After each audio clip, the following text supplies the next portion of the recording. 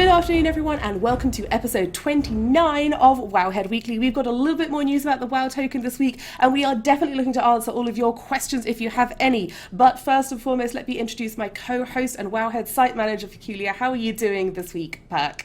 I am still a little sad that you're leaving us, but Yeah. we have plans for the future of the show, so let's dive into all of that. Definitely, yeah. So we've got a ton of news to get through as well. Well, I say a ton. It's been a relatively light news week again, interestingly, despite the fact that we actually had a new build this week for, like, it's almost a whole new patch, right? Like, well, not a patch, a point of a patch. So Yeah, 612. the number has moved up to 6.1.2, but there's not actual stuff you can do Yeah. with it. It's very strange. It is very strange, definitely. I feel like they're kind of restructuring how they do patches at the moment, Yeah, which exactly. is, yeah, that's kind of weird. So this is an odd one. But we did have some news related to the patch. We found out that although it's not actually in the game right now, the WoW token is coming soon, brackets TN, close brackets. Yeah, so what that means is that the 6.1.2 patch has the functionality to support the WoW token, but you can't actually buy and sell it yet. So if you go to the auction house, for example, there's a section talking about the game tokens, but it's just sort of disabled right now. Yeah, exactly. So you can't actually purchase it, but it's coming soon. They sort of said that the code is, like, I feel like it's probably just not quite ready yet, but it's going to be within this, well, I don't even know whether to call this a patch, within this 6.1.2 thing that we've got right now. Yeah, so that's happening. That's cool. They also told us how much it was going to cost. And it turns out that our gold making expert Elvine was pretty much bang on the money with $20. So Yeah, now we don't know how much the gold price will be, so like if it's going to be like 20 gold to 30,000 or 40, but we know that the actual like money cost right now is going to be set at 20, and that won't be changing. oops, yeah, exactly. Yeah, so that will be consistent. That's going to be the constant all the way through this. So the money price, I mean, there's nothing to say that they won't change the money price at some point in the distant future, but for now at least, the money price is fixed. Like, that's not going to change. The gold price in game is what fluctuates. So obviously the price in game is kind of an interesting discussion point now because we know what it's going to be. So we were talking before about how that has to, like, be competitive at least with the gold sellers that we all know exist. Note on gold sellers: they are against terms of service. If you get caught, you will get banned. Wowhead does not condone, encourage, or even like tell you anything about gold selling or gold buying because it's a really dumb idea. Don't do it. You'll get caught and you'll get banned. So yeah, just a quick memo on gold buying there. But nonetheless, we all know it exists. So in order to compete with that, they have to be somewhere around the region of like 20k gold. What do you reckon? Yeah, I want to say 20, 30K is what other people have been speculating. So they have to start off at that, and of course it can change based on supply and demand. And it's also just useful to remind people that you don't actually set the gold price, Blizzard does, and that's region-wide. Yeah, exactly. So the way it works is that you go into the section of the auction house which allows you to trade WoW tokens, which Pert mentioned already. You go in there and you go to sell the WoW token that you bought with real money in the in-game shop. I wouldn't be surprised to see this coming up on the web store as well, but the early implementation at least is just the in-game shop. So then you go into game and you sell it on the auction house, and then that price is fixed for you. So it's got to look. We've seen it in strings, haven't we? The little messaging that's like this is the set price. However, whatever your token sells, this is what it will sell for, etc., etc., etc. This is so you X can't gold. be like, oh man, if I sell this for 100,000 gold, will this actually work? There's none of that. Yeah, It's exactly. just, if you want to put something up and hopefully get a certain amount of gold, then you just put it up and Blizzard handles it. While it's on the auction house, it's not like the rest of the auction house where you can set your own gold price. Yeah, exactly. So it is set. CCC 38941 says $13 for your own game time and $20 for in-game tokens. Accurate, yeah. It's very much in line, as Elvine was talking about in his post, with Wildstar. They have their, oh my goodness, it's just fallen out of my head what it's called. Creed? Yeah, cred, that's right. They have their cred system, which is a very, very similar pricing structure, apart from the subscription. If you buy it month by month, is a little bit more expensive. So how much will it have to sell for in-game to be worthwhile? I wanted to bring up a forum post which Bashiok made, I think yesterday or the day before, about the actual initial set cost. And the sort of fluctuation therein. So he clarified, as Perk just said, that Blizzard's going to set that cost. It was within the blog as well, that it's going to be done by a sort of market level. And we heard before about how that was based off like a basket, didn't we? Right. And it's just sort of supply and demand. the thing was the gold price is dynamic based on supply and demand. Aside from setting a starting gold price when the system is first turned on, the fluctuating cost is determined by the market. So if there is a billion tokens up, the cost will probably go down. Yeah, exactly. So, if there's one token up, then it may well increase. If there's a billion tokens, like Perk says, it may well decrease. I'd be interested to see if they were actually going to continually adjust this. Like they talked about the notion of a sort of a basket, kind of like how people calculate inflation, like the basic basket of stuff that you need. And I'm going to be interested to see if they actually start altering that value dynamically based on that basket shift in prices on different servers, different regions, etc. I'd be really interested to see if that sort of thing starts to happen as well. Yeah, I would love to read an economy blog to see if they have Oh any sort of, man. economic advisors that were discussing the input and how this would be calculated. I'm not sure if we'll ever see that, but I think that would be really cool too. Yeah, definitely. I think like a lot of the time, WoW economies are used to sort of mirror real world stuff. So I wouldn't be surprised to see that the other way around. There is a person who does a WoW economy, like a wealth survey, where annually he'll get, I can't remember, I think it's called WoW Wealth Survey or WoW Gold Survey, but annually he gets people to fill in a survey and then produces results based on that. So I'd be really interested for someone like him or for Gerard Auroras, who runs the Undermine Journal, to put together like an economics blog or a set of advice for people who are like interested in this kind of thing, because I mean I certainly am for sure. But yeah, it's an interesting system, definitely. But you can't, like, Ominia in chat is saying in here, just to be really, really clear, guys, so we make sure we've got this message across, you don't get to say what you sell it for in gold. Your Exactly. option is to either say, all right, so say you go up to the auction house, like Perk said earlier, you go to that screen, which is the WoW token exchange. You go in there with your WoW token that you bought in real money, you say, I want to sell. And Blizzard will pop up a screen saying, this is how much it's going for. So today it's going for 25,000. Do you want to sell at that price? No matter how long it takes to sell, it will be that price. So you say yes or no, and then it will sell at that price at some point. There's no point at which you get to be like, hey, I want to say 35, like a Steam auction, like a Steam inventory sale or something. That's not Exactly. how it works. But you could say, all right, now I'm going to hold on. I'm going to wait because I reckon this is going to go up in price. So I'm going to hold on and not sell the WoW token I bought for real money just yet. Like it seems to me, at least from the system that we've seen, that that could be possible. But Exactly. Yeah, I think that could be possible. yeah, for sure. So one of the things I've seen, which I found kind of interesting, stroke entertaining, is people complaining bitterly, angrily, that this is more than the cost of a month's subscription.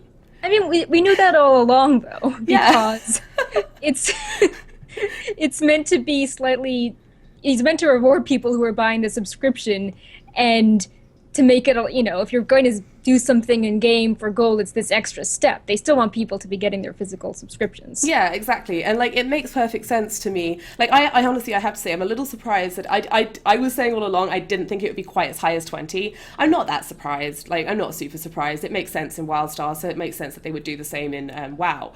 But like it makes sense that it's more because you get like the whole point of this isn't necessarily to allow Blizzard to charge more for their sub. The point of this is to allow people who have more real life money than they do WoW money a legitimate method to exchange real money for gold, and also to allow people who have more gold than they do real life money to buy their sub with gold. That's Yeah, the purpose of this system. and it's also a great way if you have not been playing WoW for a while, you can just reactivate using gold in your account. So, if you don't play, if you're a veteran player, there'll be a button on the login screen where you can just say that you want to get this special WoW token to reactivate your account, and it pulls gold from all the characters on that server to pay for it.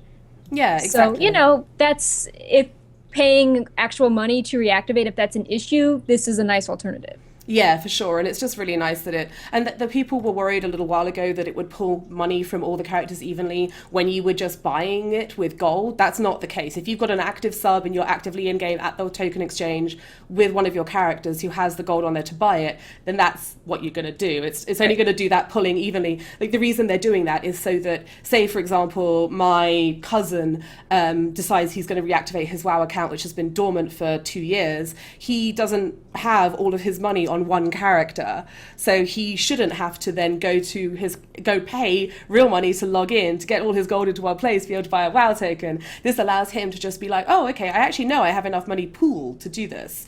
Yeah, it might be a really bad experience if Yeah. you are logging. It's like, so you have this one character, and it pulls all the money from that one character, and then you log in and you totally panic because now that character has like no gold on it, and you're like, what Yeah. happened to all my gold? Yeah, exactly. And typically that would be like the one character on, excuse me, that's all like one of your other characters, the one you want to play, that's isolated from that character Right. on one server, and you can't transfer, Yeah. and blah blah blah. It's tricky. It's for certainly. But yeah, I just kind of reading through the Twitch comments for more information. 3 months is $39 and 3 in-game tokens is over $50. It is too much, says CC3 38941. Fair, like it's 60, yeah, precisely. I don't think it's necessarily too much. I feel like it's a reasonable price. It's going to be more expensive, but think of the people who are paying it for it with gold. Like that's what this is for. Right. Yeah. Like if you're paying with money, like Blizzard is not intending people to log into the game, purchase these tokens with their money, and then apply them to yourself. Yeah. You know, if you wanted to use it with money, you would just pay the $13 normally, or get the 6 month bundle price to get a slight discount on it that way. Yeah, exactly. The price is that you sell it to others for the more inflated price, not that you use it yourself. Yeah, exactly. So don't, like, if you're planning to just continue paying for World of Warcraft and you don't need any in-game gold, I would heartily advise you against buying this. This is not for you. The Yeah. subscription is for you. That already exists, so it's fine. I mean, I understand the people complaining that it's more money. Like, obviously Blizzard will make some money off of this. Oh no, worst. It'll maybe enable them to do more for the game. That sounds terrible to me. But yeah, so I understand why it's happening, but I don't think it's valid, I guess is what I'm saying. For sure. All right, moving on.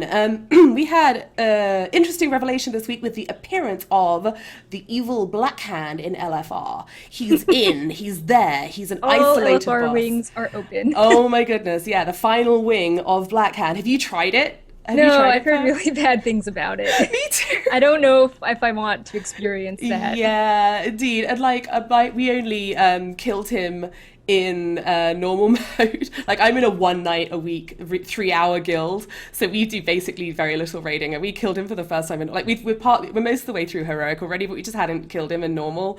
And he's not an easy fight. Even on normal, there's quite mechanics intensive.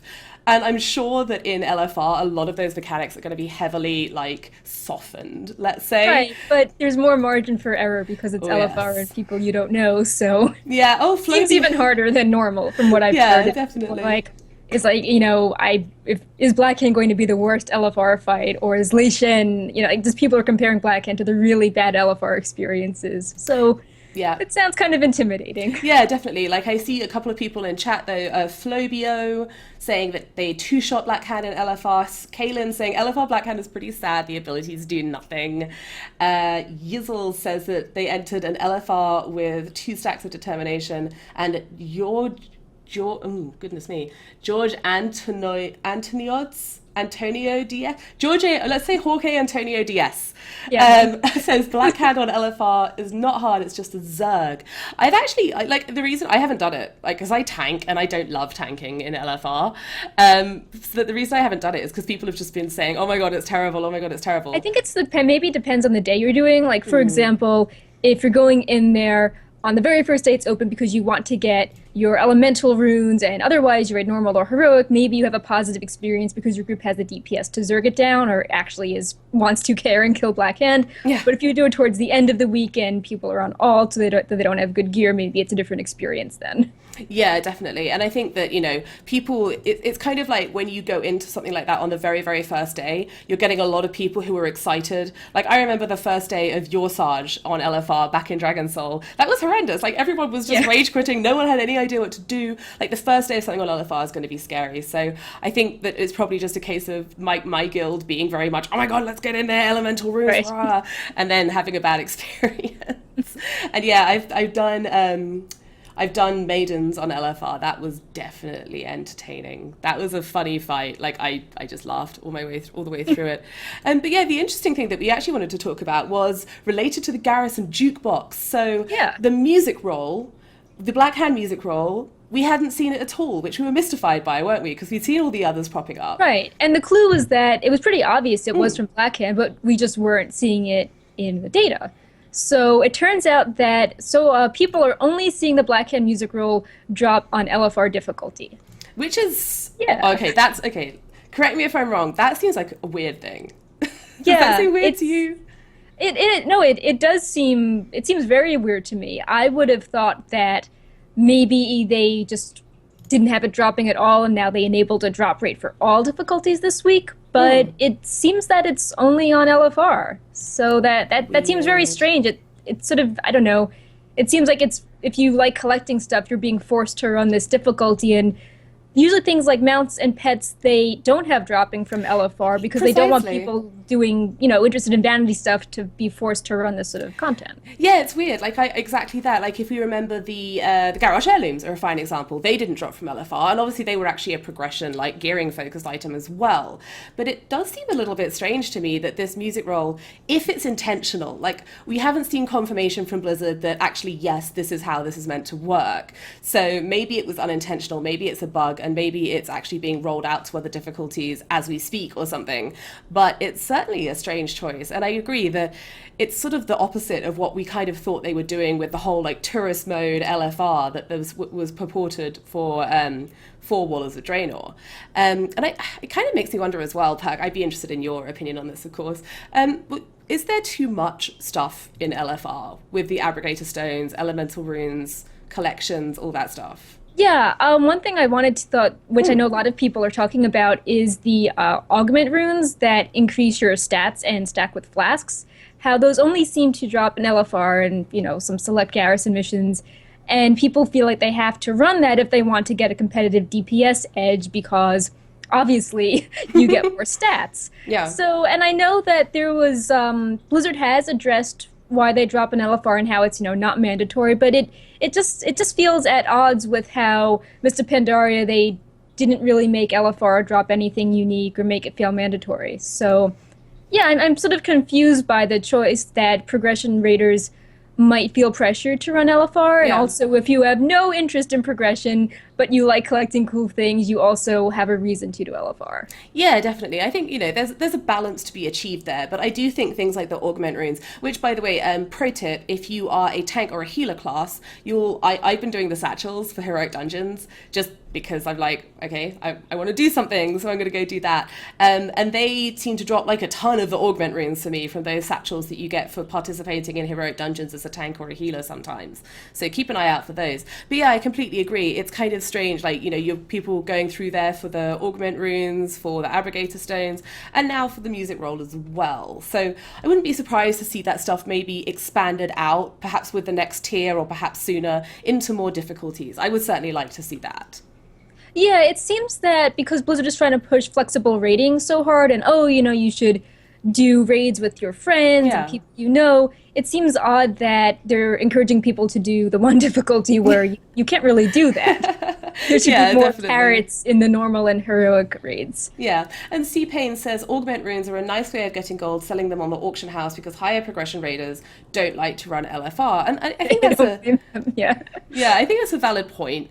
I don't 100% agree that that's enough reason for them to remain in LFR exclusively, but I do think that that's a nice way for LFR raiders to have get some gold out. Although, of course, you can get gold by disenchanting and selling gear that you don't need. Right. But yeah, it's an interesting one. And on the same token, there was a forum thread that I saw about this, and I thought it was interesting because I've noticed this too. What's going on with world bosses? Like, I don't know, but for me at least, it seemed like, oh my goodness, I'm going black and white. Camera, stop that. It Oh no, seemed, your camera is I bad know, today. I'm fading, like fading out. What are you doing, camera? Cease this. Anyhow, carrying on. So world bosses, it seems to me like in Mr. Pandaria at least, and maybe this is just like the expansion changeover, but people did world bosses all the time. Like Galleon was important. Shah of Anger, people did a lot. Um, all of them, like Undasta and like, basically everything. The People were Celestials, yeah. interested. The Celestials, especially, my goodness, part of the legendary chain. And now people just don't seem to care. Like I did Rukmar on Monday or Tuesday for the first time, and like I was all over world bosses in Miss. What do you think's going on there? They sort of don't feel as relevant because their gear does not seem very awesome.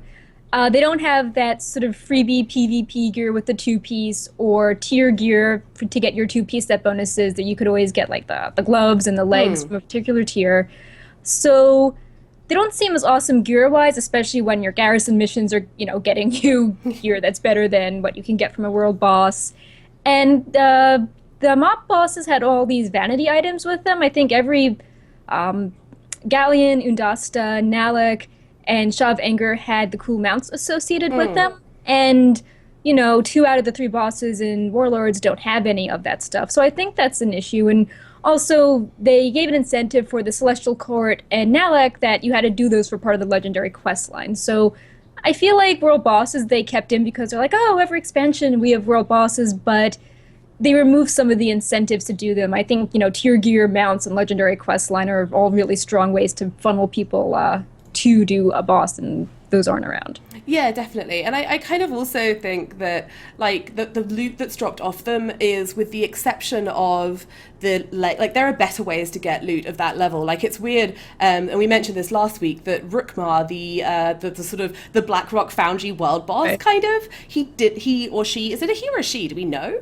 I think it's a she. Okay, let's go with she then. She did not get the item level upgrade that all of the other loot got. So her loot is now actually lower level by 5 item levels than all of the other loot that's coming out of the same type of zone. So although she is dropping one of the hardest slots to fill this expansion, in my opinion, which is legs, they're only 665, which isn't that amazing. I mean, for me at least, it would be better than the legs I have now, but it's not that great. And I mean, Rikmar does have a mount, so there is that incentive there at least, but there should be mounts and vanity items on all of these if they actually want people to be doing them. And I Right. do also think that the way that the world is laid out now is such that there's less of a sort of incentive stroke reminder to go doing them. Like if you were in your shrine in Mists, you heard constantly about how the Shah of Hatred has fled, how like your wrath sustains me, Yeah, or and my then, wrath like, flows freely. Killer's farm, Galen was like throwing all these Yeah. cannons at your farm. It was really, obvious in your face. You couldn't miss them. Yeah,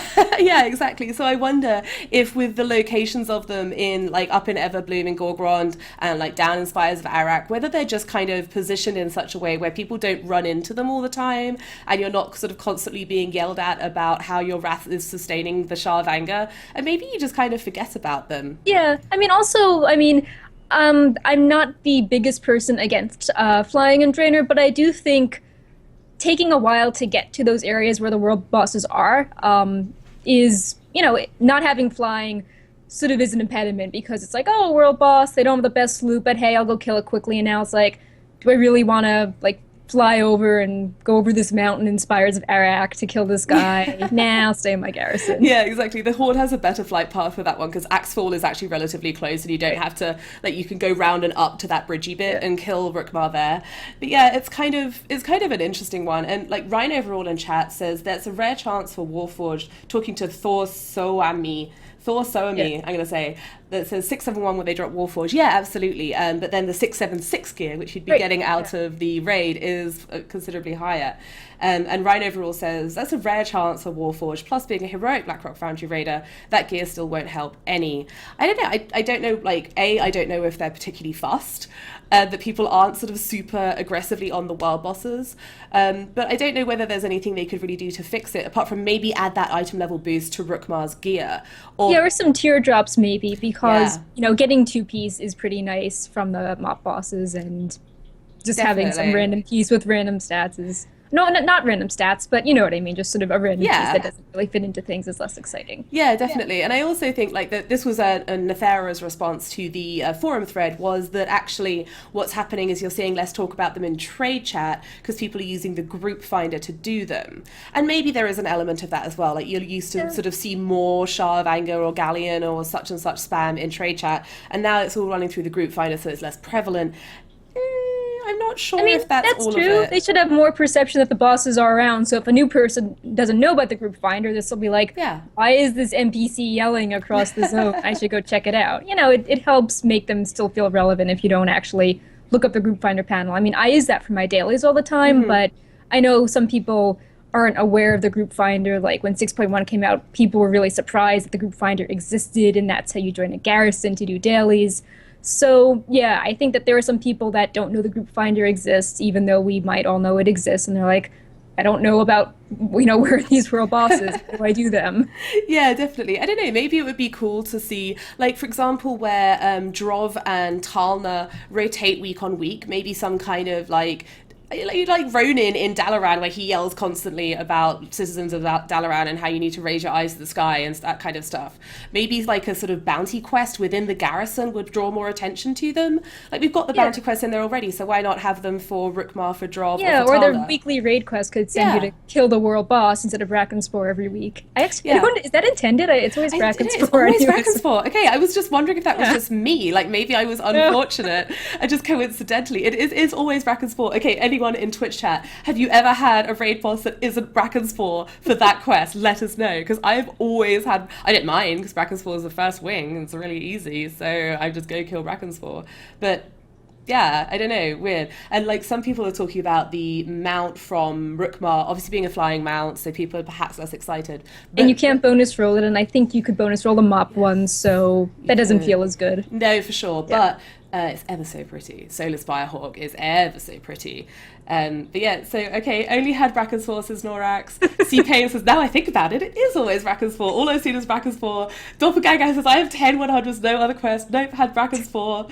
Always Oh Braxton's Papa wow, Wappa. Diablo. Yeah, yeah. So there's this EU user that said that twice he had, I think, the Arcane Sanctum up, and that's all I've heard. Ooh, okay. So 1 week that was not Brackenspore as well from Flobio, and yeah, it seems like Brackenspore is 90% of those quests, so that's interesting. I'm not sure. Maybe it's meant to be like that. Maybe it's not. It seems weird if it's meant to be like that. I don't think that's working as Yeah, intended. I don't think so. I It's don't mind funny. though. We data mined one, I think that was for killing Blackhand, and so that it seems like, oh man, Brackenspore's super easy, and you could get Blackhand Yeah. instead. Either A, Brachiosaur, or B, Black Hand. Good luck, guys. That would be fairly entertaining if they're like, oh, we're QQing on this show about it being Brachiosaur all the time, and then it's Black Hand, and they're like, oh my god, Perk and Olivia, why did you bring this Right. up? That was really dumb. And the talking of data mining, we obviously do the same segment every week for Wowhead News, and we've got a few little bits to cover this week. First up, the new edition. We mentioned this in brief last week, but just to come back again, we added Today in Draenor, which is a huge thing. Just re-explain for us, Perk, what Today in Draenor is all about.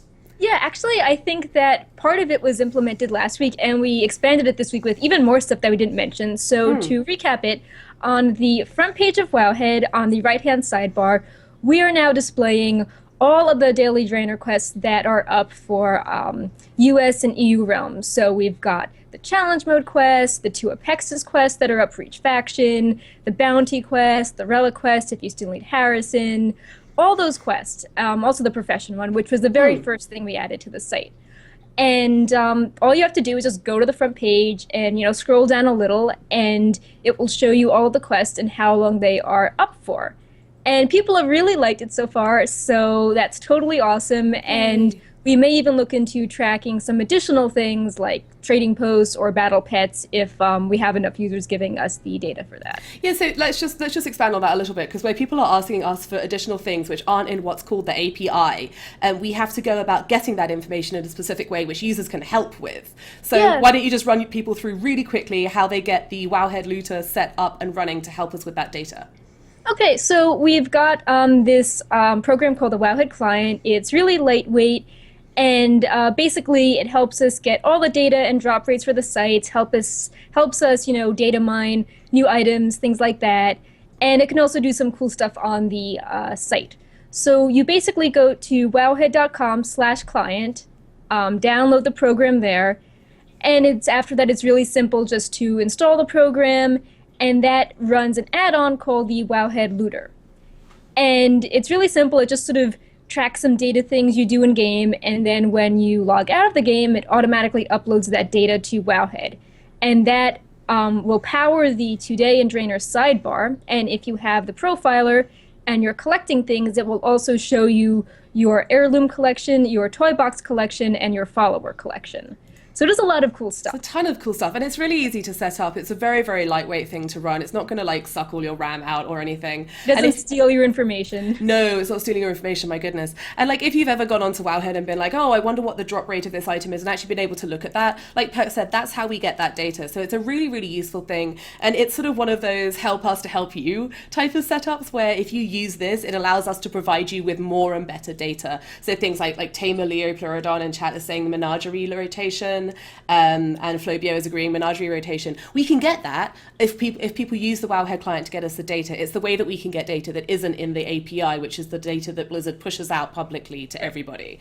It's definitely not sponsored spyware. No, no, no. No, definitely not that.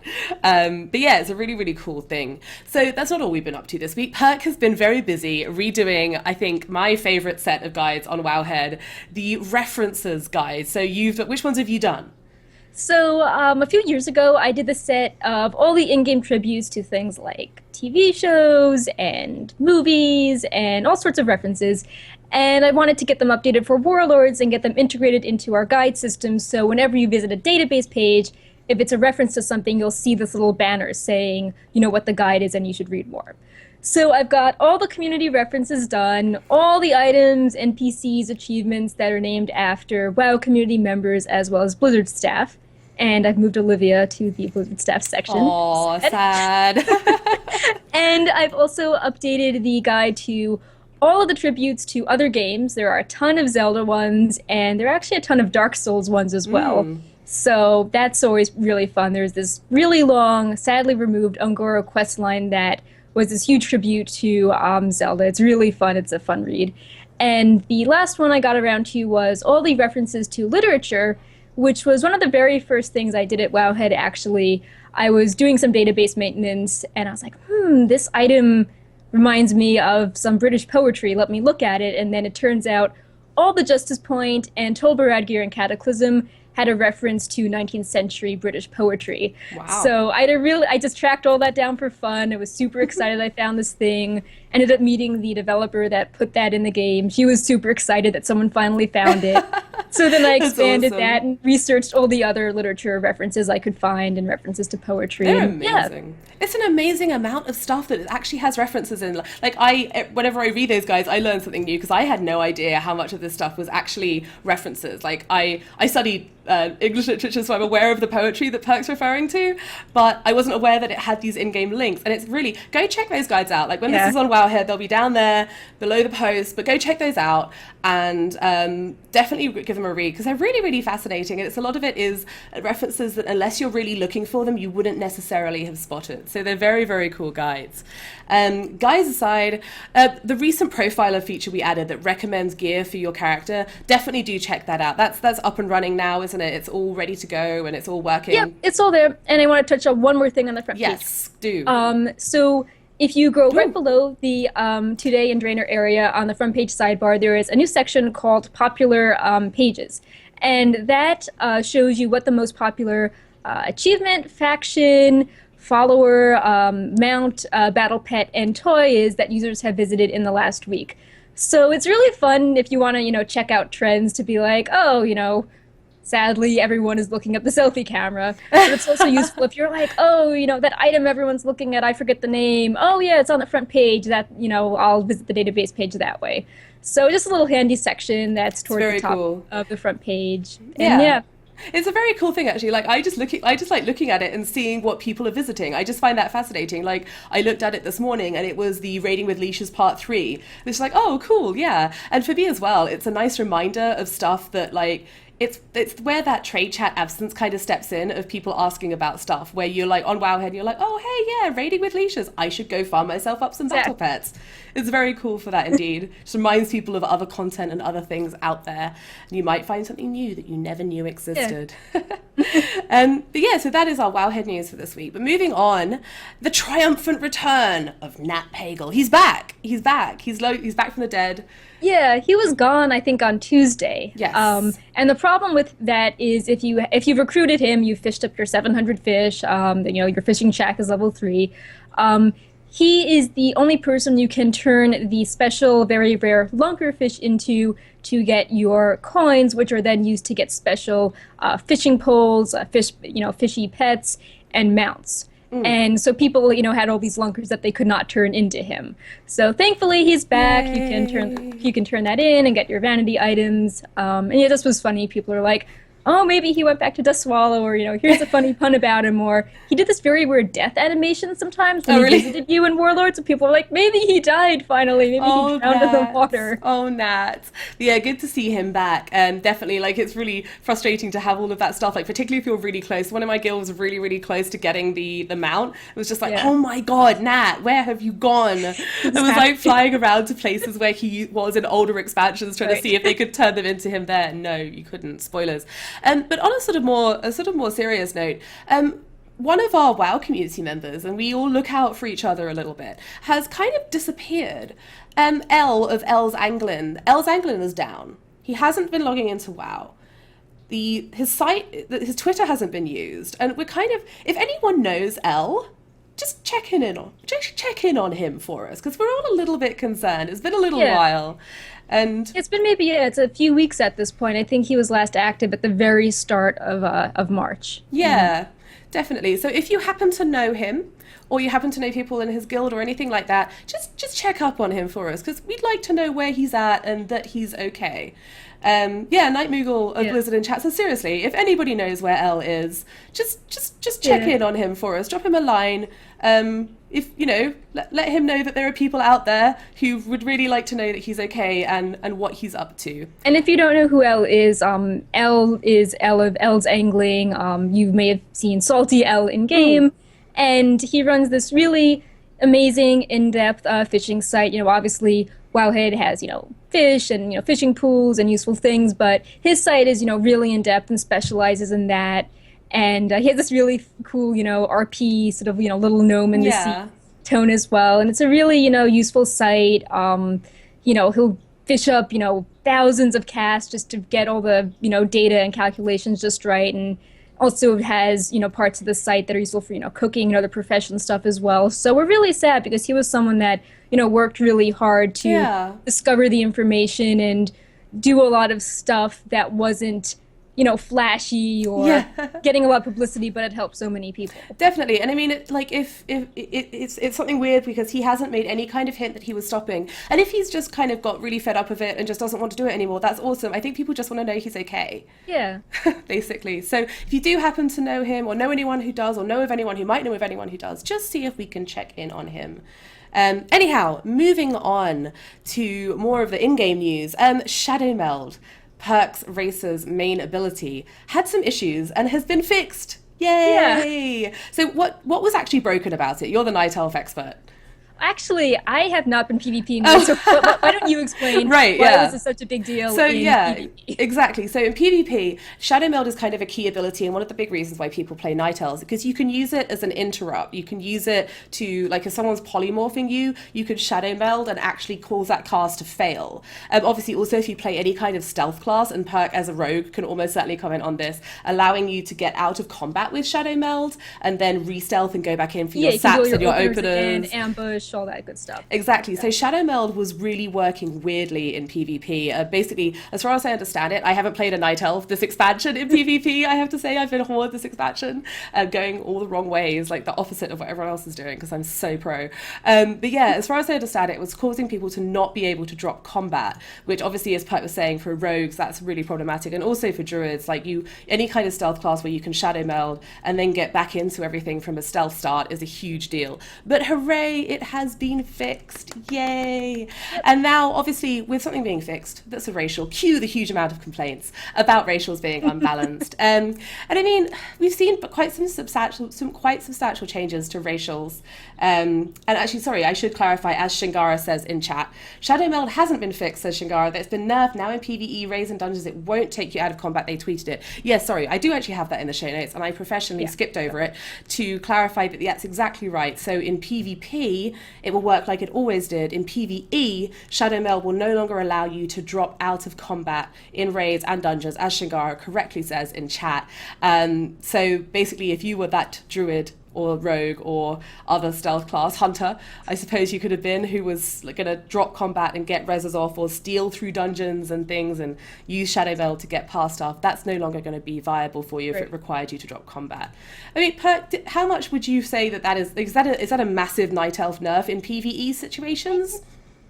I mean, I wouldn't, I don't really use the word massive frequently when discussing things. I mean, yes, it will make some things more annoying, for sure, but, you know, I don't think it caused like a huge DPS imbalance or, you know, there was some strategy that relied upon Night Elves, you know, being taken out of combat to kill a boss. Yeah. So, you know, if it turns out that there was like an actual reason to have a Night Elf go into stealth, that seems to be sort of a flaw in how something was designed, and I'm sure that would be hotfix to not have your strategies rely on that happening. Exactly, yeah. I feel like it's more a case in raids and dungeons at least, if your strategy is reliant on a Night Elf Shadow Meld, that is a game design flaw from the actual encounter side, rather than from the Night Elf Shadow Meld nerf side. And actually, Azathoul makes a reasonable point that it could be helpful for challenge modes if everyone's a Night Elf. Maybe if everyone's a Night Elf and a stealth class, maybe, I mean, I think it's one of those things that you could probably stop a pack of mobs chasing you with it, perhaps, and maybe avoid using an visibility potion. But that's kind of a niche thing. I'm not hugely concerned for the future of Night Elves as a viable PvE class as a result of this Shadow Meld change. But again, here we see with the complaints about racials in WoW, obviously resurfacing in chat with from Shingar again. And I mean, it's like, sure, there's definitely racial balance issues. Some of them are better for other things, like, it's always a bone of contention in PvP, particularly with the changes to things like Stoneform, where it's now does a whole lot more and actually had to have a 30-second shed cooldown added to it with your PvP trinket because it was so good that they decided it needed a little bit of a balance nerf. And I do think that maybe in PvE, Shadow Meld was a nice thing for Night Elves to have just for wipe recovery. I don't think it was as powerful, even in its pre-nerf state, as humans have a free trinket. Like, that seems... more useful than how I can Shadow Meld and then get out of combat and not be in combat and killing things. Yeah, exactly. I don't know. I think it's one of those things which maybe Blizzard will reconsider and put it back. I feel like it's one of those things that they may have done to break an exploit of some kind. Yeah, they don't want to announce that. Yeah. People will try finding a way to replicate that. Exactly. It could be one of those things. So it seems odd to just arbitrarily do it because I thought the ability was just broken. And so I feel like they probably have a reason for leaving it that way, as they've specifically said that they are keeping it this way in raids and dungeons. So maybe it was people cheesing challenge modes in a way they didn't want to. Yeah, or maybe I'm thinking maybe that if you were wiping on an encounter and like one person was still up, then maybe something didn't fully despawn, or could be, yeah, something along those lines. Maybe you could like skip part of an encounter, or I don't know, skip some trash. Yeah, I think I remember doing that. Like everyone would just sort of wipe on the Mimberon Gauntlet, and I would sort of I would run to the end, and then I would like Shadow Meld, get out of combat, and I think I would res people. Yeah, so yeah, definitely. Maybe they don't want stuff like that. You used to be able to do that on that really annoying bridge in Throne of Thunder as well, on your way to Horadon. You used to be able to die and then have someone stealth and go all the way around with Shadow Meld, and then res there. And if you sent a druid, then they could Shadow Meld if they accidentally pulled something too. Yeah. Like, that's something that people would use Shadow Meld for. But I don't know. Oh my goodness. Why do I always pick the people with the hardest names to read? Oh god. I think that was not. See, Karuf and Wes. Okay, this guy in chat, whose name looks like Karuf and Wes, but that's probably not how you say it. So then why doesn't Feign Death get disabled or vanish? Because they are kind of parts of a class's kit rather than a race's kit. Like, the whole point of racial changes that came in between Mists of Pandaria and Warlords of Draenor was to make it so that you didn't feel like you had to play a certain race for a certain thing. Whether or not that's been successful is obviously still open for discussion, but that's why, in my opinion at least. Murloc Druid, says Eriko. Yes. Murloc, next playable race. Do it, Blizzard. We believe in you. Yep. But yeah, so moving on to our final chunk of WoW's related news this week. Well, not quite our final chunk. More Wowhead related news coming up. There's a Blizzard gear sale on. Yay! 15% off of all apparel and accessories until April the 1st. So you don't have long to take advantage of this. But you have a little while, so get in there. If there's been a shirt that you've been after, if there's been... What else is in there, Perk? There's a ton of stuff in there. Hoodies, the accessories covers a ton of stuff. Like there are backpacks you can get, there are keychains, and if you wanted to get that 10th anniversary messenger bag for World of Warcraft that sold out super fast at last BlizzCon, Yes. that is available again, and it counts as an accessory, so that is on sale. Yeah, So absolutely. yeah, you should definitely check that out. Olivia's wearing a shirt from the store. You've seen me wearing them before. We've talked about other Blizzard swag on the show. So if you have any questions about how something fits or the quality of it, we're always happy to talk more about that sort of stuff. Yeah, definitely. If you're wondering about buying something, or you want to just sort of get an opinion on how something looks or how something fits for certain shapes and sizes, drop us a line on Twitter, because we have a lot of this stuff because we really love the Blizzards and we really like their merchandise. So we're always happy. And Perk particularly is like an authority on clothing styles and fashion choices and all that kind of stuff. So definitely drop us a line on the Twitters, there and there and there. There and there, so you could actually just check that out with us. But yeah, you've seen us wear a bunch of them. I'm wearing an esports shirt today for a good reason, and that's all stuff that's on there for cheap. And I think that bag is something that people really really liked. It's a nice messenger bag, canvas, soft, lightweight, good for either gents or ladies or anyone else. It's a really cool thing, and it's got nice sort of World of Warcraft detailing on it, which is very very There's pretty. even the costume robes, like that Bloodbang robe I wore on the show after BlizzCon. Yes. Even those sorts of things are on sale, and they are kind of expensive, so that 15% discount does shave off a decent amount of cash. Yeah, definitely. Like the priest robe is up there as well. All of those sort of The Draenei robe, with the Draenei robe with the horns on it. It's Warlock, very very cool. Alliance, Horde, I think Paladin. All manner of things. Yeah. Definitely. So it's definitely worth checking that out if you're interested in any gear. Typically, I bought stuff just before it, which is always the way. But Sadly, this is not a BlizzCon shirt, but everyone is mentioning it in chat. Yeah. So I will link to it after in case anyone yes, is definitely. interested. Hang out in the chat so Perk can link the awesome cardigan to you.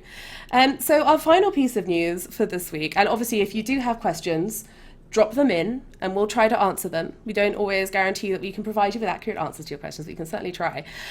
So I mentioned this last week, but today is actually my last day. This is the last afternoon, the last thing I'll be doing on my last day here at Zam / Wowhead. Sad times. Yeah, I'm leaving Zam and Wowhead to go work for Blizzard on the esports team, hence the esports shirt. With the angry orc. I don't know if you guys can see this. The angry orc and the little Terran dude with his keyboard and his mouse who's just like flailing them at the orc. It's very cute. But yeah, I'm leaving Wowhead to work for Blizzard, and I announced this on last week's show, and a bunch of people were sort of saying, so what does this mean for the future of the show? Who's taking over the stuff that you're doing for Wowhead? What's going to happen? So first and foremost, the site and the show are going to be exactly the same. Oh my goodness, my camera's fading me to black and white. It's sort of like looking back through time. Fading away. Exactly, it's like just making me grayscale as if I'm slowly fading out of Wowhead Weekly. Sadly accurate. So as far as like the site goes, obviously I am far from the only person who works on Wowhead. We've got Perk, obviously, who's in charge of the whole show, who does 90% of the work on Wowhead anyway, because I'm too busy doing project management for other stuff for Zam. So she's obviously sticking around. Yep. And we've got the awesome Sarah Serene taking over all of the stuff I used to do with guides. So that is super exciting. She's been doing a bunch of stuff already for us, hasn't she, Perk? Yeah, so she read a lot of the 6.1 guides, like the Raiding with Leashes guide, the Pepe guide. She's actually writing up a treasure trait guide if you want to make more gold right now. So she writes a lot of cool guides. She wrote the selfie guide for us. So she'll be continuing to write stuff as well as coordinating things with our class guide writers and anyone else that we get to contribute dungeons or raids, classes, any of that good stuff. So if you're a class guide writer, and please check your email. Yes, please check your email about this transfer going on. Definitely. She's also going to be working with Elvine for his awesome guides, which come up on Wowhead. She's going to be working with Method for their awesome guides that come up on Wowhead. So if you have questions, if you have info about Serene for guides, she's amazing at this stuff. If you want to write a guide for us for a topic or a exactly. category you think that we don't have that you think should be there, find her. Drop her a line. She's on Twitter. She's obviously out there in the world. And if you just want to go onto Wowhead and go onto a post that she's written and comment on it with questions for her, I'm sure she'd be more than happy to get in touch. She is super involved in the community and a really, really awesome, organized, focused, fantastic lady. So we're super excited to have her taking over. So obviously then the other thing which I do, excuse me, for Wowhead is Wowhead Weekly. And I think I'm really excited for the change. Like I feel like it's an upgrade for the show, definitely. But we're really, really excited that the person who's going to be taking over from me on Wowhead Weekly is actually Panzer, aka Trade Chat. So Danielle Panzer Trade Chat is going to be coming on the show, taking over from me. And obviously we love Panzer. She is amazing. I'm so excited. A lot of people have been like, oh, can you guys get Panzer to do the show? And it's like, I wanted to share it, but I couldn't tell you just yet. So exactly. Really happy that's official. Yeah, it's fantastic. She will be definitely stepping in. She's going to be doing all the stuff I do, so all of the sort of recording and the camera changing, which I've been messing up this week. And she's fantastic at this stuff. She's going to be doing the editing. She's going to be doing all the talky stuff. She's going to be talking with Perk, and it's going to be so awesome. And I'm so excited for you guys because she is just such a perfectionist, so professional, amazing at this kind of stuff. So it's very, very cool. And you should definitely check out, she does these like really quick recaps of recent news on Tuesdays, and she has a Downtime Tuesday show. And yeah, I mean, if you've seen it, you've noticed how she shows you all like the Wowhead tools, like how to find the news on Wowhead. She has a really great sense of humor, finding the really funny hot fixes to read. So yeah, I know a lot of people have been enjoying her, recaps on the site. So now she'll be doing the quick 5-minute recaps on Tuesday, and then the longer, more opinionated show with me on Fridays. More opinionated. That's what this show is. We've got opinions over here, and you can't stop us. So yeah, really, really excited for her to come on board. She is a consummate professional and perfectionist in this stuff, so it's going to be fantastic. And maybe Serene will come on the show to discuss all of the awesome things that she is doing as well. I wouldn't like to promise that on her behalf, though, of course. So I don't know anything about whether she even has a camera. So that might be a thing that stands in the way of that being a possibility. Someone actually asked us on Twitter, a gentleman by the name of Sean Drong on Twitter, I'm assuming that's a gentleman, asked us about the BlizzCon party and what would happen to that with my going away. Obviously, the BlizzCon party existed before me and will continue to exist after me. So it's going to be the things which I did for the BlizzCon party were basically a bunch of the sort of the VIP list wrangling, on the night stuff, and obviously the hosting was probably the most visible part. So I'd get up on stage and make people do silly stuff like play rock, paper, scissors to win prizes and answer silly trivia questions from World of Warcraft Trivial Pursuit. And we have an amazing lady who already works for ZAM, who does Friday Update Arcade. It's up on the site today, so after we're done here, do go check it out. Her name's Lindsay Geektron. You can follow her on Twitter at LindsayGeekTron with a 0 in the Tron part. And she's very, very cool. She's very excitable, bouncy, fun, and she's going to rock the stage hosting at BlizzCon. And we've actually also been able to talk to Panzer, and maybe she'll be able to come along and help us out too. So that would be amazing for the party. Yeah. Planning is still going on. We're working, getting approval on a larger event space. Yes. The person who handled all the behind-the-scenes nuts and bolts, ordering the swag, is the same person who did that last year. And I will be, assisting with various things as well, setting up giveaways, socializing, making sure everything is all lined up. So, yeah, I mean, well, Miss Olivia, we hope that you can show up and say hi. I'm sure I would love to be able to. Oh, well, that's very kind. I would love to be able to. I mean, I feel like as the person who is working heavily on esports and it being BlizzCon, I may have other things going on around that time.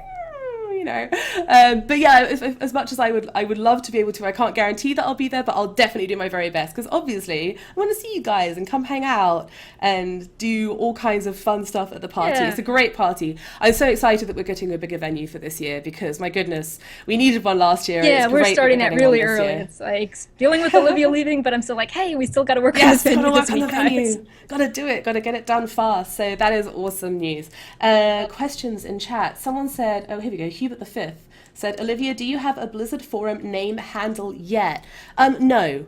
I don't know when, I don't know if, like, I'm not in a community position particularly. Like, I'm not going to work with like, obviously I'll be working with them as they're all at Blizzard, but I'm not going to be a community manager as such. So I don't know that I will actually be posting on the forums. Oh yeah, So like, don't you have to get your little avatar thing I anyway don't now? know. I have no idea.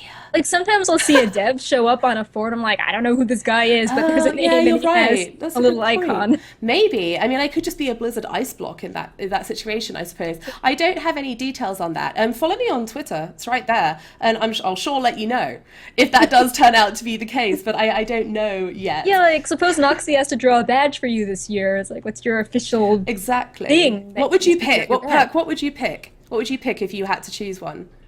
I kind of like, I don't know, like an ice block with some chain heals around it. Mm. Maybe like a frozen chain heal. Yeah, that is really random perk. Or like the shaman and the mage and try to put Oh, them together. yeah. That's a good one. That's a good one. Good point. Yeah, I don't know. I love these. There's these random mobs that were in Pandaria. If you went, like, oh my goodness, Dread Wastes. If you went around the northern side of Dread Waste, kind of behind the hills to the Rickatoon area, I think it's an area which a lot of people didn't even realize it existed. Oh Um, yeah. like where all the little Rickatoon guys were, and you had to get seeds for them and move them places. There were these things there that were just like these tall, gangly, furry cyclops creatures. I think they were called like marsh stompers. They were around another area as well, Oh where a yeah, yeah, person yeah. was channeling on them, and you had to go and free people from them. And I just find them so utterly adorable. There should be a, I don't, is there like a British theme thing? Like, I mean, a Oh, teacup maybe or a teacup. Yeah. something. I like the idea in chat to have it be your in-game headpiece because that had like that was actually a Mm. PvP helm. It wasn't a helm. It Yeah. didn't look like the typical Ordos. Yeah, That exactly. It was had that the PvP. similar tier PvP, the wolf look. But yeah, that could be cool. I wouldn't have a clue, honestly. I think A cookie. a cookie. Yes. That would be brilliant. Is there And you can make a actually million forum posts next to yeah, it. I'd be on a million cookies for Helinka at last. This is a Yes. good idea. I like this idea. I'm gonna roll with this one. But yeah, I honestly haven't a clue. Oh, Noxie says, "Oh God, no! Noxie Those doesn't want marsh to things draw with the that. eyeballs give me the." All right, not that then. Fine. God, I really like them. I think they're so Noxie cute. is very excited about the Very cookie. excited about the cookies. Yeah, perfectly reasonable. And Hubert the Fifth says, this time Olivia will be sitting on the esports desk officially. I sincerely doubt I'll be casting arenas at BlizzCon. I think I'll leave that one to the professionals. But Be running around making sure yes. that the desk is lit up and people are actually at the desk. Exactly, and that people are actually playing the games which are being talked about at the desk. I think that's going to be more like what I'm doing. Yeah, I don't know, a podling. Oh, I do like the podlings. The podlings are very cool. They were one of the ones, remember when we found those in the data? And I was Oh just like, yeah, oh my those six pets. yeah, they were awesome. They were Yeah. fantastic little I think half things. of them made them in. Yeah, and someone asked me earlier whether I would be doing video for Blizzard. I haven't a clue. I sincerely doubt it because the role is not, again, it's not a community-facing role. So I think it's more likely that that's going to be people like developers and the community management team do an awesome job of that already. So I doubt that you'll be seeing me doing videos. Who knows? We'll have to see. I mean, it's all like I just don't know a ton of details yet about Right. like the extent of that kind of work that I'll be doing. So I can't really comment at this point. So, oh, an actual game question. Here we go. CCC38941, who's a regular. That's why I can say that so quickly without struggling to read it for like 5 minutes. It's also the same letter repeated. Yeah. Yeah. Why do we have flying mounts but we can't fly? I know, but we can't farm, etc. Herbs or mines. I mean, I think that like it's. I still feel, and I don't know whether I'm right or wrong here, Perk, but I still feel like we're going to get flying. I still feel Yeah, like I it's think coming. that whenever we get a new zone, the old zones are going to have flying, and the new zone won't. Yeah. And I- next expansion, Old Drainer, you can fly in. Yes, That's what I exactly. think. Yeah, I think so too. And I wouldn't be surprised with 6.2 to see Tanan open up as the like much vaunted level 100 zone, maybe. And like we'll see flying happen when that happens. So you maybe wouldn't be able to fly Yeah. in Tanan, you would be able to fly in the rest of Draenor. I mean, obviously we don't know. So Yeah. I mean, of Maybe course, we're whenever the wrong. 6.2 PTR comes up, the very first thing we'll do is I'll do is log on, hit the button for the flying mount and see if I can, Yeah. hit spacebar and go up in the air. Exactly, and then it'll work, and it'll turn out to be a bug. Like, do you remember how you could swim in the air in the Oh early yeah, parts of Warlords of Draenor? that would be sad. Yeah, that would be sad.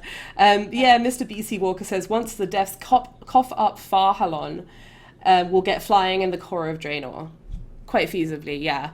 Yeah, Um, I'd like to see that zone make it in. Yeah, exactly. I definitely would too. I mean, we don't know. And Kubedek is talking about whether you actually travel anywhere. And I think people do. I definitely think if you, as CCC was saying, if you have a gathering profession that you're Right. keen, or you're trying to level it, like for example, my shaman, who I started playing again, has mining and herbing as her two professions. So I if was you're doing a lot for fishing Yeah, because you can't like exactly. actually get the lunkers in the garrison. So that forces you to go out. Yeah, for sure. And I do think like I miss it for mining. I don't miss it so much for herbing because a lot of the time herbs are in places which are convenient, like under trees or in little clumps of grass. But for mining, they're often like on dumb places, like halfway up a hill, and I have to spend like 5 minutes going up like different bits of hill to get to them. And I do slightly miss flying for that. But yeah, I personally don't mind. I don't mind that there's not flying right now. Someone actually earlier in chat, I forget who it was, so apologies for not remembering your name, said, I forget that I can fly when I go to other zones now. I do that too. Yep, same. Yeah. I like Rain overall's question. Are there any particular followers that are favorites of yours? I really like Rolcon, who is Nerzul's wife personally. What are yours, Perk? So I've been trying to get a bunch of night elves as my main garrison group with and then if I don't have all night elves, I try to have Draenei fill that in.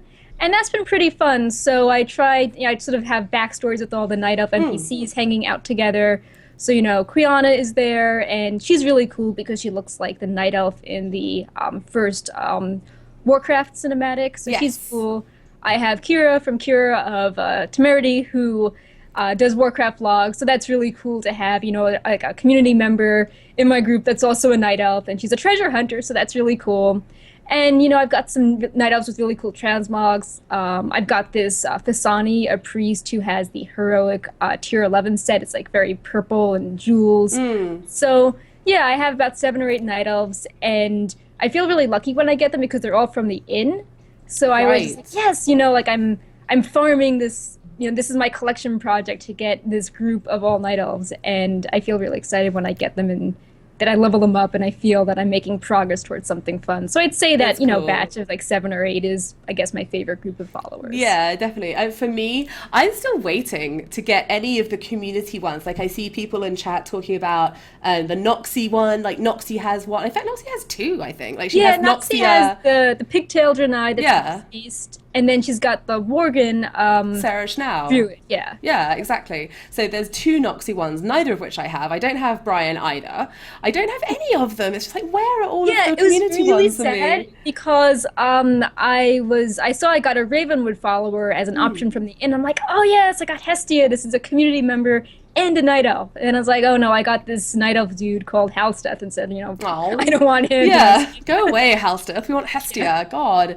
Yeah, and like I just haven't seen them. Honestly, although in fairness, I only added an inn to my main recently because I finally stopped I sort of realized I didn't need any more honor gear, so I was kind of using the Gladiator Sanctum just to get occasional bits of gold and some conquest points now and then. So I replaced that with an inn. So I'd better get some community ones. I'm going to be really mad.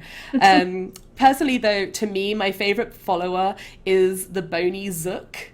Because go look him up on Wowhead. His dialogue is so funny. He is hilarious, definitely. Doesn't he have a cool model too? A unique Yeah, one? I think he's got a unique model as well, so he is really worthwhile. I'm sure that Alliance can get him. Can Alliance get him as well? I think so. I'm not not sure. sure. It sounds very horde. It's a horde. It's definitely a horde follower. Like it's definitely a horde one. So maybe in that zone, he comes from the Gorgron zone. Yeah, If you don't can't choose get it the, then. I think okay, there we this one go. is just a Draenei lady. So Right. Okay. no, Yeah. still cool, but Yeah.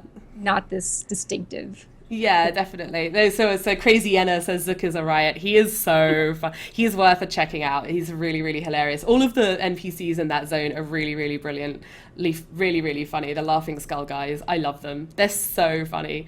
Like they Well, I have should give a this. shout out to Solera, Oh especially as yeah, people have been commenting. I've got this PS4 in the background in Bloodborne. Yeah, Solera's pretty cool. I wish they had more followers like him because if you recruit him, he's a Dark Souls reference and he's dressed like Solaire in Dark Souls. He's got like the green leafy shoulders and the paladin attire and the Argent Dawn tabard. And if you do different emotes, he reacts similarly to how he does in Dark Souls, and he even gives you this bonfire toy if you do slash tired on him. So nice. I think that's really cool. That's a really thoughtful tribute to another game. I mentioned it in the guide I was talking about before. And yeah, I wish there was more followers like that. Because he's a paladin and he's cool, but sometimes you don't want a goody two shoes that's like praise the sun and the light all the time. Yeah, definitely. No, I really love I love the followers. It's a great way to do community tributes. They're awesome. Like I see people talking about them on Twitter every day. But yeah, and like I was talking, oh my, that was about the Laughing Skull. They do this thing where they're like, burn the bodies, but keep the skulls. And they're just so sort of like blasé about that dialogue, which is just horrendous. Yeah. It's just like, they're hilarious to me. I saw another question. Let's find it. Where was it? Oh, yeah. Which follower was that? That's not it. That's not the question I was thinking of. Oh, here we go. New Bandius. He's addressed it to you, Perk, so I will ask this to you. I saw the awesome Draenor Dailies thing on the site yesterday. Didn't get a chance to comment on it. I think you might have touched on this before. Is there a chance it will be able to track the trading post work order item and other things like that? So for people who missed this earlier. Yeah, so basically we've got this amazing reception. We thought it was a cool feature, but we didn't expect so many people to like it and use it and ask for more. So what we're thinking of is that if we can get the data for it, we'd like to track menagerie pets that are up, if the Eris Kura quest is up, and the trading post NPCs and work orders. Now, it might not be as straightforward because they're not traditional quests like the current stuff we're tracking, but we think we can try a few clever things to see if that works out. So, we have plans for it, and we think that they're really popular things, so we'll have enough user data to make that happen. To be able to expand it a bit more, yeah, definitely. And it's a very, very cool thing. If you haven't checked it out, do go look at the front page of the Wowheads. And Unsty, I'm guessing that's how you say this, or maybe it's UNNSTY, like Unsty or something. Do you think Gul'dan will be a boss, have his own instance like Onyxia? What do you think? Well, it really depends if we know how many raid tiers we're going to get. It's a good point. But, it's a good point. I mean, I think he's going to have to make an appearance. He showed up in the Legendary Questline cinematics, so yeah, I think he's going to be a boss in some way. I think that if there's a lull between content, having a short instance with a core figure in it is neat, but I think he'll be in the main storyline. I don't think they'd risk putting him in like a Ruby Sanctum. Yeah, exactly. Yeah, I personally, to me, he's sort of the great manipulator. So I wouldn't be surprised to see him as sort of an overarching influence in a dungeon raid or something like that, but maybe not like an actual boss where you actually kill him. Yeah, maybe, similar to Blackwing Descent in that when you did things on Heroic, Nefarian was always like, ha ha ha, I will make this boss fight harder, and I'll do something evil, and he would sort of show up in the background on a wall. And obviously it was different because you finally killed him at the end, but, his presence in the first 5 encounters, could be maybe something similar to what we'll see with Gul'dan, just sort of showing up and messing up the fights for you. Yeah, definitely. So yeah, I think I would definitely like to see him because I find him very entertaining as a character, not least because of all of the sort of, the thing we were talking about it. Did we talk about it before? A lady at Blizzard Watch named Anne Stickney made this tweet where she was like, does this just what Gul'dan does? Just walks around the world just going like, drink. Like Gul'dan at parties is just a nightmare because he's just like, drink. I just find him so entertaining. I'm this microbrewer, you gotta try it. Exactly. It's really good. Yeah, I know it's great, but you're gonna love it. It's gonna be really good. I find it very... Okay, one more question, then we should go, because I have to edit this and post it. It says they haven't... Oh, hang on. Haven't they confirmed many times there are only going to be 2 raid tiers as they want to keep pace with expansions, like yearly X-Facts? I don't know that they've ever actually confirmed it. I think they've confirmed they want faster expansions, but they've actually been kind of cagey about outright saying it's 2 tiers. I think this even came up in one of the 6.1 interviews with Ian Hazacostas, where they're like, oh, so are we just getting 2 or 3 tiers? And he's like, we want to have however many tiers to keep things moving along at a steady pace and not leave you guys with 9 months of Siege of Orgrimmar. Yeah, exactly. So a year of Siege of Orgrimmar. Yes, a long time. A very long time of Siege of Orgrimmar. Yes, I'm pretty sure that yeah. I'm pretty sure that while, like Mike Puck says, while they've definitely said that they want to go faster with expansions, I don't think they've confirmed at all that there's only going to be 2 raid tiers this expansion. So right. I don't think we should assume that that's the case for sure. Yeah, I mean, they even might, seeing how things have turned out between High Mall and Blackrock Foundry being a large tier but split up, and the pros and cons of that, who knows, maybe what they were thinking of back in August, they're not thinking of now because of how, there's been some issues with the split tier thing not working out, or people being sort of scared of Blackrock Foundry being so much harder, or like, is this in-between tier, all that stuff. Yeah, exactly. So we'll see. We don't know. And they definitely haven't confirmed that either way. All right. We are well over our hour. I don't mind because it's my last one, but we should probably wind this up. Can you encourage the GMs to say yes to support tickets? No, I can't do that. Definitely not my department. But yeah, so thank you so much for watching. I've had a great time. Look at me fading to black and white again. My camera is being so dramatical. It's gonna like start fading me out now, like in Back to the Future. There's gonna be like rain coming down on the screen. Yeah. Our lives are lost in time as tears are lost in rain. But yeah, so thank you so much for watching. Thank you so much for watching today. And thank you so much for tuning in over well, I say it's episode 29, but we have a bunch of episodes that we don't number where there's special things like interviews and stuff like that. So thank you so much for coming down and hanging out. And I will miss hanging out with chat room so much. It's so much fun. I enjoy watching your silly comments and fun interjections to the show. If people have more questions about what's happening with things on the site, hit me up. Like, I'm still around on Twitter. I've been handling a lot of the handover bits with Olivia. So if you're panicked or concerned about anything, I can help you guys out. Exactly. And make you feel calm and reassure you. Perk is fantastic on Twitter because, like, follow her on Peculiar. It's right above her screen. Like, my finger is level with it right now. Definitely follow her there and ask her questions if you have anything. Like, she's an encyclopedia about World of Warcraft, basically. So ask her about Wowhead stuff. Ask her about World of Warcraft. If you're worrying and being like, oh no, what now? Then ask her. You can also follow me on Olivia D. Grace. I will not be on Wowhead anymore, but I will still be on Twitter.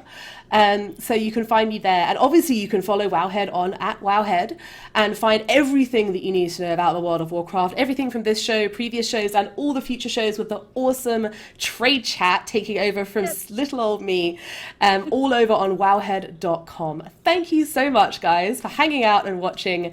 And Perk and Danielle will see you next time. Bye-bye.